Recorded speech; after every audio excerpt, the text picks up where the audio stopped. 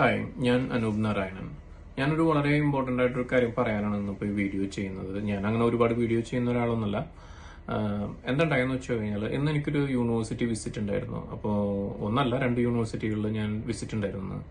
അപ്പോൾ ഞാൻ യൂണിവേഴ്സിറ്റിയുടെ പേരൊന്നും ഞാനിവിടെ പറയണില്ല, സ്റ്റുഡൻസിന്റെ പേരും പറയണില്ല. അപ്പോൾ യൂണിവേഴ്സിറ്റിയിൽ ഞാൻ വിസിറ്റ് ചെയ്ത സമയത്ത് എനിക്ക് ഒരു ഇന്ത്യൻ സ്റ്റുഡൻറ്റിനെ നമ്മുടെ മലയാളി സ്റ്റുഡൻറ്റ് ഇവിടെ നിന്നാണ്, കോട്ടയത്ത് നിന്നാണ്. അപ്പോൾ ഞാൻ പരിചയപ്പെട്ടു, സംസാരിച്ചു. അപ്പോൾ നമ്മളോട് നോർമലായിട്ട് ഒരു മലയാളിയെ കാണുമ്പോൾ സാധാരണ ഉണ്ടാകുന്ന കുറച്ച് ചോദ്യങ്ങളൊക്കെ ഉണ്ടാവുമല്ലോ, എവിടെ നിന്നാണ്, എന്താണ് കാര്യങ്ങളൊക്കെ. അങ്ങനെ നമ്മൾ ഈ ആശയവിനിമയത്തിന്റെ ഭാഗമായിട്ട് അപ്പോൾ ആ സ്റ്റുഡൻറ്റ് എന്നോട് കുറച്ച് ചോദ്യങ്ങൾ ചോദിച്ചു. ചോദ്യങ്ങൾ എന്ന് വെച്ച് കഴിഞ്ഞാൽ നോർമലായിട്ട് ഇങ്ങോട്ട് കയറി പോരുന്നതിന് മുമ്പ് അത് ചോദിക്കേണ്ട ചോദ്യങ്ങളാണ്. ആ ചോദ്യങ്ങളാണ് എന്നോട് ചോദിച്ചത്.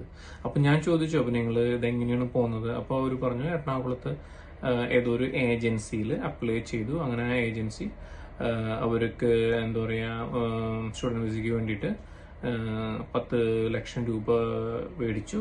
അങ്ങനെ 10 ലക്ഷം രൂപ കൊടുത്തിട്ട് അവർ ഈ വിസ ഇന്റർവ്യൂവിന് പോയി അവർക്ക് വിസ കിട്ടി. അവരിവിടെ വന്നു. ഇവിടെ വന്നിട്ട് ഇപ്പോൾ യൂണിവേഴ്സിറ്റിയുടെ ഫീസും കാര്യങ്ങളും അടയ്ക്കണം. എന്നിട്ടിപ്പോൾ അവര് യൂണിവേഴ്സിറ്റിയിൽ നിന്ന് ട്രാൻസ്ഫറിന് അപ്ലൈ കൊടുത്തു. അതായത് നിലവിൽ ചെയ്യുന്ന പ്രോഗ്രാം ആ സ്റ്റുഡന്റിനെ കൊണ്ട് പറ്റുന്നില്ല. അതായത് ആ സ്റ്റുഡന്റിന് അതിനുള്ള ഒരു ആള് പറയണെന്താന്ന് വെച്ച് കഴിഞ്ഞാൽ ആള് മെക്കാനിക്കൽ പ്രോഗ്രാമാണ് കംപ്ലീറ്റ് ചെയ്തത്. അപ്പൊ മെക്കാനിക്കൽ എഞ്ചിനീയറിംഗ് അതാണ് കംപ്ലീറ്റ് ചെയ്തത്, ബിടെക്. അപ്പൊ അത് കംപ്ലീറ്റ് ചെയ്തിട്ട് ഇപ്പോൾ ആളെ ഇവിടെ പ്രോഗ്രാമിന് ആള് എൻറോൾ ചെയ്തേക്കുന്നത് എന്തിനാന്ന് വെച്ച് കഴിഞ്ഞാൽ ഹോസ്പിറ്റാലിറ്റി ആൻഡ് മാനേജ്മെന്റിന്റെ MBA പ്രോഗ്രാമാണ് ആള് ഇവിടെ എൻറോൾ ചെയ്തിരിക്കുന്നത്. അപ്പോൾ ആൾക്ക് ആ പ്രോഗ്രാമുമായിട്ട് എന്താ പറയാ മുന്നോട്ട് പോകാൻ പറ്റണില്ല. അപ്പോൾ ഇവിടെ ട്രാൻസ്ഫറിന് വേണ്ടി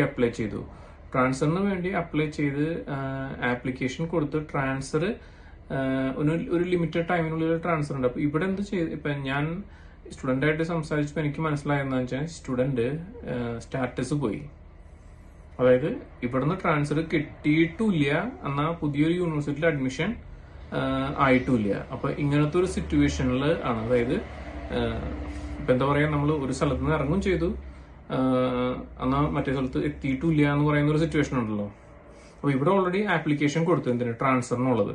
അപ്പോൾ ട്രാൻസ്ഫറിനുള്ള ആപ്ലിക്കേഷൻ കൊടുത്തു കഴിഞ്ഞാൽ അവർ ആ പ്രോസസ്സ് കംപ്ലീറ്റ് ചെയ്ത് നമ്മൾ ഏത് യൂണിവേഴ്സിറ്റിയിലേക്കാണോ മാറേണ്ടത് അവിടുത്തെ അഡ്മിഷൻ ക്ലിയർ ചെയ്ത് നമ്മൾ ആ ട്രാൻസ്ഫറിന്റെ അതാണ് പ്രോസസ്സ്. അതായത് ഇവിടെ നിന്ന് അവിടേക്ക് ട്രാൻസ്ഫർ ആവണം. അപ്പൊ അതിനൊരു ലിമിറ്റഡ് ടൈം ഉണ്ട് നമുക്ക്.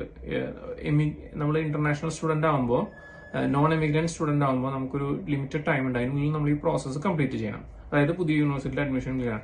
അത് ഈ സ്റ്റുഡന്റിന് പറ്റിയില്ല. അപ്പൊ എന്ത് ചെയ്തു എന്ന് വെച്ച് കഴിഞ്ഞാൽ ഈ സ്റ്റുഡന്റ് അഗെയിൻ ഈ യൂണിവേഴ്സിറ്റിയിൽ തന്നെ ഈ പ്രോഗ്രാമിന് വന്നു. അപ്പൊ എന്തുണ്ടായെന്ന് വെച്ച് കഴിഞ്ഞാൽ ഇപ്പൊ ഇതൊരു ഗ്യാപ്പ് ഉണ്ടായപ്പോൾ എന്താണെന്ന് വെച്ചാൽ ആ പ്രോഗ്രാമിന് ആ സെമസ്റ്റർ മിസ്സായി, സ്കിപ്പായി. അപ്പൊ പുതിയ സെമസ്റ്ററിലേക്കാണ് ഇപ്പോൾ ആ സ്റ്റുഡന്റ് ജോയിൻ ചെയ്തത്. അപ്പൊ ഇപ്പൊ ഈ സ്കിപ്പായ പ്രോഗ്രാം ഉണ്ടല്ലോ, അപ്പൊ ഈ സ്കിപ്പായ പ്രോഗ്രാം അല്ലെങ്കിൽ സ്കിപ്പായ സെമസ്റ്റർ കംപ്ലീറ്റ് ചെയ്യാനായിട്ട് ഇനി എന്ത് ചെയ്യണം എന്ന് വെച്ച് കഴിഞ്ഞാൽ ആ യൂണിവേഴ്സിറ്റിയിൽ ചെയ്യാൻ പറ്റില്ല. അപ്പൊ അത് എന്ത് ചെയ്യണം, നമ്മൾ വേറെ യൂണിവേഴ്സിറ്റിയിൽ ഇതിന്റെ ക്രെഡിറ്റ് എടുത്ത്, അല്ലെങ്കിൽ ഈ പ്രോഗ്രാം അതല്ലാന്ന് വെച്ചാൽ അഗെയിൻ ഇതേ യൂണിവേഴ്സിറ്റിയിൽ തന്നെ ഫൈൻ അടക്കത്തിന്റെ ഫീസ് അടച്ചിട്ടാണ് ഇത് ചെയ്യേണ്ടി വരിക. അപ്പോ എന്താ സംഭവം എന്ന് വെച്ച് കഴിഞ്ഞാൽ ഇപ്പോ സമയം, പണം, ഈ വക കാര്യങ്ങളൊക്കെ നഷ്ടമായെന്ന് തന്നെയല്ല, മെന്റൽ സ്ട്രെസ് വേറെയും. അതായത് ഇപ്പൊ ഈ സ്റ്റുഡന്റ് ഇപ്പൊ ഈ പ്രോഗ്രാം കൃത്യമായിട്ടുള്ള സമയത്ത് കഴിഞ്ഞാൽ കൂടി ഈ OPTO അല്ലെങ്കിൽ ഇവർക്ക് അത് കഴിഞ്ഞ വർക്ക് ഓതറൈസേഷനിലേക്ക് പോകണല്ലോ, അപ്പൊ അത് കിട്ടില്ല. അപ്പോ എനിക്ക് ഇതിന്ന് ഇപ്പോൾ നിങ്ങൾ കൺസൾട്ടൻസി ആയിക്കോട്ടെ അല്ലെങ്കിൽ നേരിട്ടായിക്കോട്ടെ, ഏത് രീതിയിലായാലും US വരുന്ന ഒരാളാണെന്നുണ്ടെങ്കിൽ, അല്ലെങ്കിൽ എന്താ പറയാ, ഏതൊരു രാജ്യത്തും ഇന്റർനാഷണൽ സ്റ്റുഡന്റ് ആയിട്ട് പോകുന്ന സമയത്ത് നിങ്ങൾ ഏറ്റവും ഇമ്പോർട്ടന്റ് ആയിട്ട് കൺസിഡർ ചെയ്യേണ്ട ഒരു കാര്യം എന്ന് വെച്ചാൽ നിങ്ങളുടെ ലീഗൽ സ്റ്റാറ്റസ് ആണ്. അപ്പൊ ഈ ലീഗൽ സ്റ്റാറ്റസിന് ഏതെങ്കിലും രീതിയിൽ പ്രശ്നം വരുന്ന ഒരു രീതിയിലേക്ക് നിങ്ങൾ പോകരുത്. അപ്പൊ നിങ്ങൾക്കത് നേരിട്ട് ചെയ്യാൻ കഴിയാത്ത, അല്ലെങ്കിൽ നിങ്ങൾക്ക് ഇതിൽ കൃത്യമായിട്ടുള്ള ഒരു എന്താ പറയാ ഗൈഡ് ലൈൻസ് കിട്ടിയിട്ടില്ല യൂണിവേഴ്സിറ്റിയുടെ ഭാഗത്തുനിന്നോ അല്ലെങ്കിൽ ഏജന്റിന്റെ ഭാഗത്തുനിന്നോ അല്ലെങ്കിൽ നിങ്ങൾ തന്നെയാണ് ചെയ്യണമെന്ന് വെച്ച് കഴിഞ്ഞാൽ നിങ്ങൾക്ക് അതിന് കൃത്യമായിട്ടുള്ള അറിവില്ല എന്നുണ്ടെങ്കിൽ എന്ത് ചെയ്യണം? അത് റിസർച്ചൊക്കെ ചെയ്ത് അതിനെക്കുറിച്ച് കൃത്യമായി പഠിച്ചിട്ട് വേണം ഈ ട്രാൻസ്ഫർ ഒക്കെ ചെയ്യാനായിട്ട്. അല്ലെങ്കിൽ ഇടയ്ക്ക് ഇങ്ങനെ പെട്ടുപോകും. അപ്പോൾ ഇതിലെന്താ ഉണ്ടാവണേന്ന് വെച്ച് കഴിഞ്ഞാൽ നമുക്കിപ്പോൾ യൂണിവേഴ്സിറ്റി ഡിനൈ ചെയ്തില്ലേ, അതായത് ആ സെമസ്റ്റർ നമുക്കിനി ഇത് കഴിഞ്ഞതിന് ശേഷം, പ്രോഗ്രാം കഴിഞ്ഞതിന് ശേഷം നമ്മൾ എന്ത് ചെയ്യണം? മറ്റൊരു യൂണിവേഴ്സിറ്റിയിൽ എടുത്ത് പഠിച്ചിട്ട് വരണം അല്ലെ. അപ്പൊ അത് എത്ര സമയം എടുക്കും? നമുക്ക് നിലവിലെ സമയം അനുസരിച്ച് പ്രോഗ്രാം കംപ്ലീറ്റ് ചെയ്ത് കഴിഞ്ഞാൽ നമ്മൾ എന്താവില്ല, ഗ്രാജുവേഷൻ നമുക്ക് കഴിയില്ല, അല്ലെങ്കിൽ ഗ്രാജുവേഷൻ കഴിഞ്ഞ സർട്ടിഫിക്കേറ്റ് നമുക്ക് കിട്ടില്ല. അപ്പൊ നമ്മൾ ഇത് കംപ്ലീറ്റ് ചെയ്യേണ്ടി വരും. അപ്പൊ ഇങ്ങനെയുള്ള സാഹചര്യങ്ങളിലേക്ക് പോകാതെ നമ്മൾ നോക്കണം.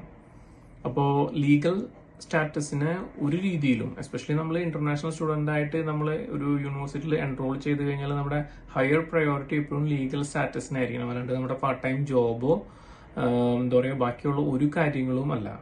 കാരണം ലീഗൽ സ്റ്റാറ്റസ് വൺസ് നമുക്ക് നഷ്ടമായി കഴിഞ്ഞാൽ, അല്ലെങ്കിൽ നമുക്ക് ആ ലീഗൽ സ്റ്റാറ്റസിൽ നിന്ന് നമ്മൾ പോയി കഴിഞ്ഞാൽ നമുക്കത് റീഇൻസ്റ്റേറ്റ് ചെയ്യാനൊക്കെ ഒരുപാട് പൈസയുടെ പ്രശ്നങ്ങളുണ്ട്. ചില സമയത്ത് നമുക്കത് പൈസ കൊടുത്താലും ചിലപ്പോൾ ടൈം ഡിലേ വരാം. കാരണം നിലവിലെ സാഹചര്യങ്ങൾ അനുസരിച്ച് ഈ ഇമിഗ്രേഷൻ പ്രോസസ്സിൽ എല്ലാ രാജ്യങ്ങളിലും ഇപ്പോൾ എസ്പെഷ്യലി ഇന്ത്യക്കാർക്ക് മൊത്തത്തിൽ നമുക്ക് അത്ര അനുകൂലമല്ല കാര്യങ്ങൾ.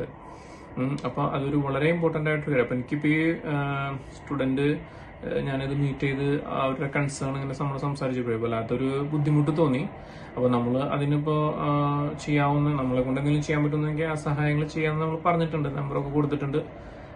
അപ്പൊ ഞാൻ അതൊന്ന് പറയണമെന്ന് വിചാരിച്ചു. എസ്പെഷ്യലി ഞാനിത് പറയണത് നിലവിൽ മറ്റു രാജ്യങ്ങളിൽ പ്രോഗ്രാം, അമേരിക്ക ആയിക്കോട്ടെ, അല്ലെങ്കിൽ കാനഡ ആയിക്കോട്ടെ, ഓസ്ട്രേലിയ, യൂറോപ്പ് ആയിക്കോട്ടെ, ഏതൊരു രാജ്യത്തും നിങ്ങൾ പഠിക്കാൻ പോകുന്നുണ്ട് എന്നുണ്ടെങ്കിൽ നിങ്ങളുടെ നോൺ ഇമിഗ്രന്റ് വിസയാണ് നിങ്ങളുടെ കയ്യിൽ ഇരിക്കുന്നത് എന്നുള്ളതും, ഇതിന് ഒരുപാട് മാനദണ്ഡങ്ങൾ അനുസരിച്ചാണ് നിങ്ങൾ ഈ രാജ്യത്ത്, അല്ലെങ്കിൽ ഏതൊരു രാജ്യത്താണോ നിങ്ങൾ പഠിക്കുന്നത് വെച്ചാൽ അവിടെ പഠിക്കുന്നത് എന്നുള്ളതും നിങ്ങൾ അറിഞ്ഞിരിക്കുക.